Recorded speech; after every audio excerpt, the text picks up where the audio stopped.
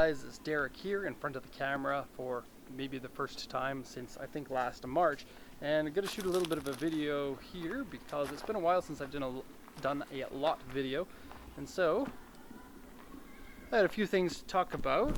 That mic is in the right direction. There we go. Oh, and casual Fridays. Ooh, don't have to wear my regular business outfit. Yeah, I got some cars in the lot. People have been wondering what's going on with them, and so time to talk about it and give you guys a little bit of knowledge about the inner workings of how things work here.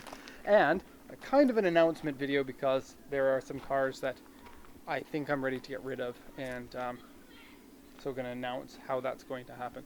But first off, just show you, I was just shooting the video for that one over there. We got a bunch of customer cars that have already been reported on. That Hiace over there has not been reported on yet. And I think there's that one, and then one more car behind it, a Lancia for someone else. Yeah, okay, main topic is the cars that I want to get rid of, finally. And that's coming pretty soon. Just before that, this one here is broken.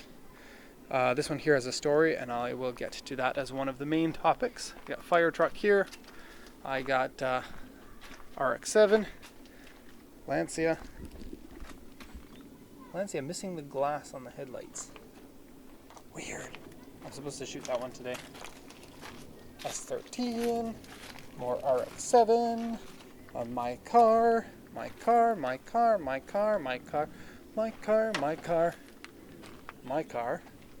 Yeah, so what's the story with the cars? Well, okay, I guess car number one, this one's easy. I saw this at auction, and I've always loved the Ford Ka because we don't get them in Canada. I think they're cool little cars, and it was super cheap, and I was thinking, well, if I get it for cheap enough, why not? And I did, so there it is. It'll be for sale on the channel pretty soon. This one, as many of you guys saw, is already on the channel. It's for sale. Took it for a drive, and it's super fun to drive. Nice and clean and good condition. Same goes with this one here, an AE 111 Corolla. Amazing car, comes with a black top engine. That's also for sale. So those are the cars that you guys know about. This one, many people probably have seen, but probably didn't know what was going on with it. We originally thought, not originally, probably about a year ago, we thought that it would be a good idea to be able to clean cars if we ever wanted to. So I bought a bunch of equipment to clean the cars with, including a water tank that holds 500 liters. And then we're not allowed to actually have water tanks in the lot, but we're allowed to have cars in the lot. So put it into a car, and that makes sense. And then we ended up not using it, not even once. And so this car is one of the cars that's going to be on the chopping block. It's going back to auction, and we're going to see if we can get anything for it. It's a rear-wheel drive model. It's a 1994 or something. It's not really worth anything. I think we bought it for like 70,000 yen or something. It's a Honda Acti. It runs fine, but the front suspension makes a clunking sound. Time to go to auction. Other cars going to auction. Going to talk about this soon. This one here, just relisted it at a discounted price.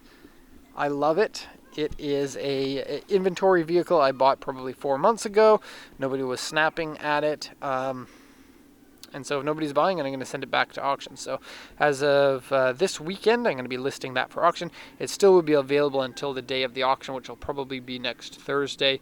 And shoot me an email if you're interested. It's in very good condition. Also comes with aftermarket front bumper, aftermarket headlights, taillights, cool 18-inch wheels, very good condition interior, including seat covers, dual sunroof. Really, if you're looking for a van, this is one of the best that you can get if you like the styling. It does have a couple of bad things. Probably the worst is the paint crack right under the headlight here.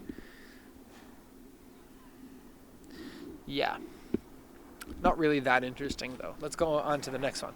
This FC, this one was a Derek mistake. And the customer bid on this car, and we won the car, and then when we were invoicing the customer, then I realized that I didn't. No, it wasn't even there. I shot the report for the vehicle, and then when I shot the report, it said puffing white smoke. Maybe. No, that's not true either. Oh, it's been like a month or so since I've had this car. Yeah, maybe 2 months ago is when it happened. Anyways, found out that the auction sheet said that it was burning, or it had white smoke coming from the exhaust. And then I was like, well, that's not fair, because I didn't actually translate that. I mistranslated. So I told the customer that we just buy it, because that's not fair. But I also gave them the option to own the car if they wanted, because we got it for a cheap price because the auction sheet said that it had the white smoke. Then we sent it to a shop, and it turns out that it has no white smoke, and compression test shows that there's no leaks. So there's no seal gasket failure, which is good, because I was prepared to do an engine rebuild for it. And we did the compression test, and the compression test seems to be okay. So we just have an FC RX-7 that's going to be for sale once I get around to doing it. I brought it in, and as soon as it came in, it stalled while it was at low RPM. And I was like, I don't want to have to deal with this. So I just parked it into the lot here. I'm not sure why it stalled. It may have just run out of gas. I haven't even looked into it, but I do like the body kit on it. I especially like this section here, side skirts, and then the front end looks very unique. And this is the later model with the higher horsepower. And FCs are awesome, in case you didn't know. So yeah, it has the different bumper here with the hideaway lights.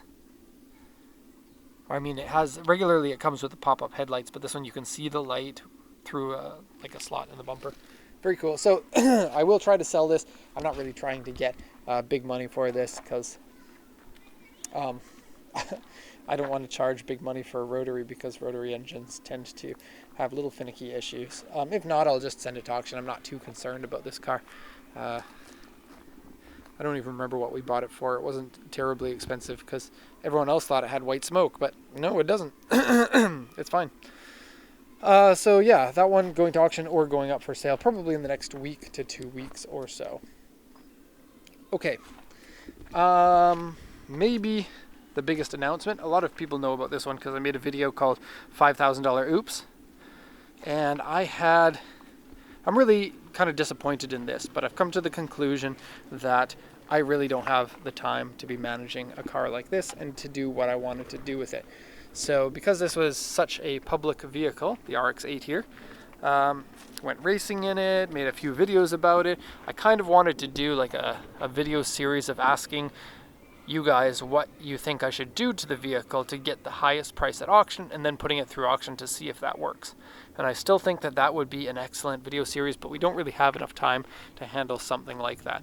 Doing things like possibly changing the paint, or painting the wheels, or changing the wheels, or putting a different body kit on it, or putting racing stripes on it, whatever people think might increase the price, and then seeing if it works. And you can do like YouTube polls. I think it'd be a good way to get engagement between people who watch our videos, and kind of, it'd be fun. It'd just be a really fun thing to do. The vehicle runs really well, but we bought it for way too much, like way more than I think that it was worth, because it was also an accidental bid. That one was an accidental bid, and so was this one. Those ones weren't me, though. But if they were, then I could just laugh it off, but they weren't my fault. I love the car. I think that it runs really well on the track. It's not the kind of car that I want to have for myself. I would really rather have an RX-7 like so many other people. But since we bought this a year ago, I've seen prices have really been going down for these, and they really weren't that high anyway. So I think it's just time to cut the loss, send it to auction, and be sad that I've lost like $3,000 or $4,000 on this car. When we took it racing, the person that was not me, here I am blaming everybody else, but the person that was not me cracked the front bumper pretty badly, and so that's going to depreciate the car a little bit, but the amount that depreciates probably pales in comparison to the depreciation I get between buying it too expensive and then selling it a year later when prices have come down a bit. Still, 19-inch wheels. I think that it would look awesome if I painted the wheels black, but then painted the inside of the wheels so you can see the inside quite a bit. Paint the inside orange, and then put like a single orange racing stripe or pinstripe on the side here that kind of follows the line down here and then comes to a point here, but then comes up here to another point and then comes back. I thought that would look pretty sweet. I don't like it when people paint the triangle here in a different color, so I wouldn't do that. Tires. I don't want to talk about that. I also don't want to talk about what's inside here. It's tool storage for tools. So, and this one here is just going to stay here because, it's not really worth anything. but it makes handy storage for the lot. And possibly someday we are going to restore the Free Candy van. I would love to have an RB26 in it. That would be so cool. Right now there's an inline 4-cylinder 2.2 liter diesel, like a forklift engine. It ran when we got it, but I don't know if it runs now. This one is the only one that I'm not going, it's probably the one people are looking to get the biggest update on. I have decided what I'm going to do, but I'm sad to say it's going to be a disappointment for most people. And so this is the City. It has been a 20 years car that I have been wanting to own myself. Ever since I learned about it back when like You're Under Arrest is the anime that a friend of mine showed me when I was in high school, which is now like 22 years ago I first saw that.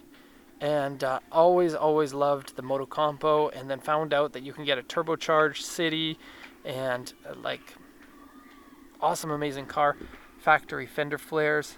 The car needs a lot of work, and I just don't have the time to do it. And I don't think I'm ever going to have the time, because if I haven't done anything to it yet, then probably nothing's ever going to happen to it. The engine doesn't run, but it's not seriously broken. I think it's probably just a clogged fuel system. And so I'm going to send it to a shop, and I'm going to get them to get the engine running. And then if I like the car, then I'm going to get a body shop to repair the rust and repaint it. And it's probably going to be more expensive than the car is worth to do that, but I kind of think that the car deserves me to take care of it now that I've owned the car for a while and I've kind of invested myself in it. And then once it's done, maybe get a Motocompo to put in the back, and you can be sure that I'm going to be letting you know on this channel what we do with that. The wheels that are on it here are the original wheels, but it also came with the optional wheels that are super duper rare, and I showed that in the other video. I'm kind of looking forward to having the car on the road. They drive like 80s turbocharged cars. It's not as engaging as a modern car is, but the style of it is so unique and so cool. And I would love to have this as a personal car. And that leaves me to, I guess, just this one here, which was one I bought on a whim. It is a Touring E46. E46 is my favorite 3 Series of all time, and Touring is my favorite looking body style of it. And I have been loving the Car Throttle series that they made a race car out of one. Absolutely loving it. And so I bought the car, and mostly I bought this because, actually I was going to buy one of these as a family car at one time. You can only get them in right-hand drive, which is a bit of a shame here in Japan. You can only get them in right-hand drive and with an automatic transmission. This one has a 2.5 liter engine and has a, look at me, I work out. 6-speed manual transmission. Look at that. Can you see it? There. 6-speed manual transmission swap. So it was an original automatic, but swapped to a 6-speed manual. And oh man, is this thing ever lovely. I just love it. And I went and got my own wheels and tires on it. And so those are nice, expensive wheels. 19s. I really didn't want to go with 19s, but I couldn't find anything in 17s or 18s that I wanted to go for. And it has H&R adjustable suspension, Bilstein shocks, 6-speed manual, did I mention? And it's in a station wagon. Really smooth, really good to drive. I love it. Kind of bought it for myself. I already have cars to drive though. So kind of bought it for myself, kind of bought it as a car to sell.